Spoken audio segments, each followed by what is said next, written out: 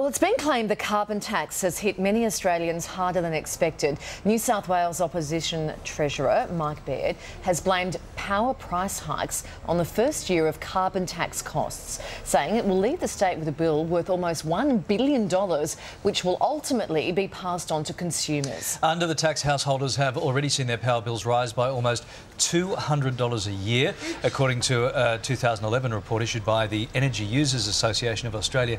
Aussie households are paying among the highest electricity prices in the world. Look at that, we're right up there. The report also shows that Australian electricity prices remained stable between 2002 and 2007, but over the following 5 years, they rose by more than 40%, and that probably does not come as a surprise to you. So can we expect more power price hikes as a result of the carbon tax? Here to shed some light on the issue is consumer advocate Christopher Zinn from One Big Switch. Good morning, Chris. Good morning, Kylie. The overall effect of the carbon tax, how do you see it? Look, it's put electricity prices up by about 8%, but many people have been compensated through tax cuts and welfare benefits. So it's been fairly moderate. What you're talking about now is the secondary effects in terms of other prices going up, and that's what the Liberal opposition in Liberal government in New South Wales is talking about. So look, I think that remains to be seen. I mean, we had the hotels industry saying today, look, costs have gone up 120 million, profitability down because of the carbon tax, but they can't actually pass it all on. So it's really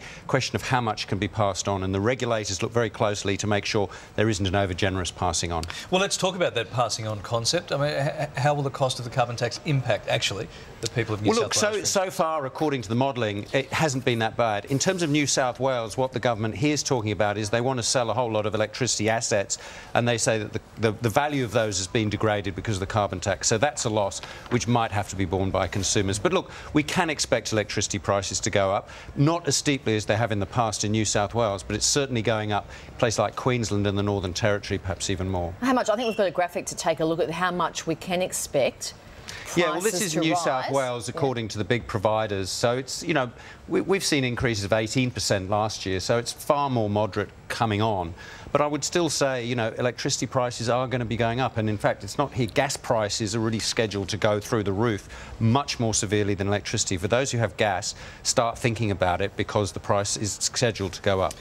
International stats, those stats we saw, show that Australians are paying among the highest electricity prices in the world. Do you think we're paying too much already? Is that a feeling? We went from being some of the least expensive to some of the more expensive. So, yeah, look, that's hurt because it's happened very quickly.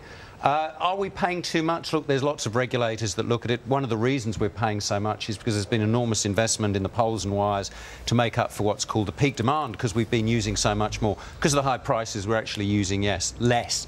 So hopefully the heat is out of the price rises, but I would still say to people, it's going to be going up. Not as steeply, but it's going to be going up, and it's something you need to bear in mind how to address that. OK, how do we address it? What measures can we take? Look, part of it is energy efficiency. Be more careful about what you use, and that's happened as the prices have gone up. People have done so.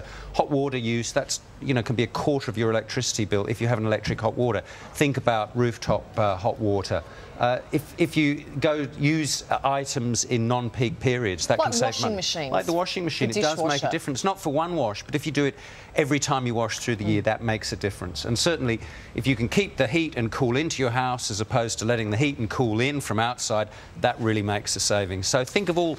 I think it's a lot of. It's like losing weight. It's a lot of little things. There's no one miracle cure. It's just think about a number of things, get kids involved.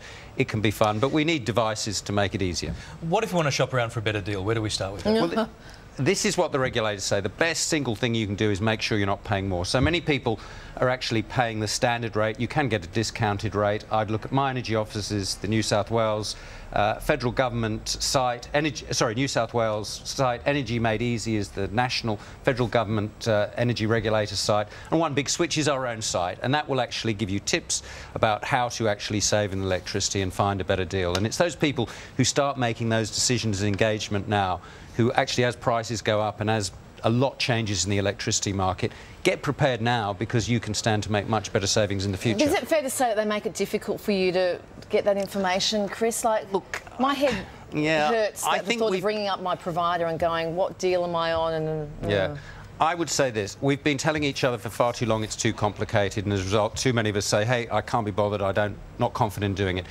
Life is complicated, relationships are complicated.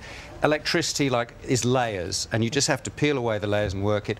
Those government websites in particular give you good information about how to compare. It should be easier, hopefully it'll get easier, but I would just say engage with it, and you can always phone up and ask, and they'll explain. And that's how these big companies like it, for us to be confused, right? Thanks, and think it's complicated. Yeah, look, exactly. We need to switch to what suits us, not what suits them. Thank you, mate. Thanks, Chris.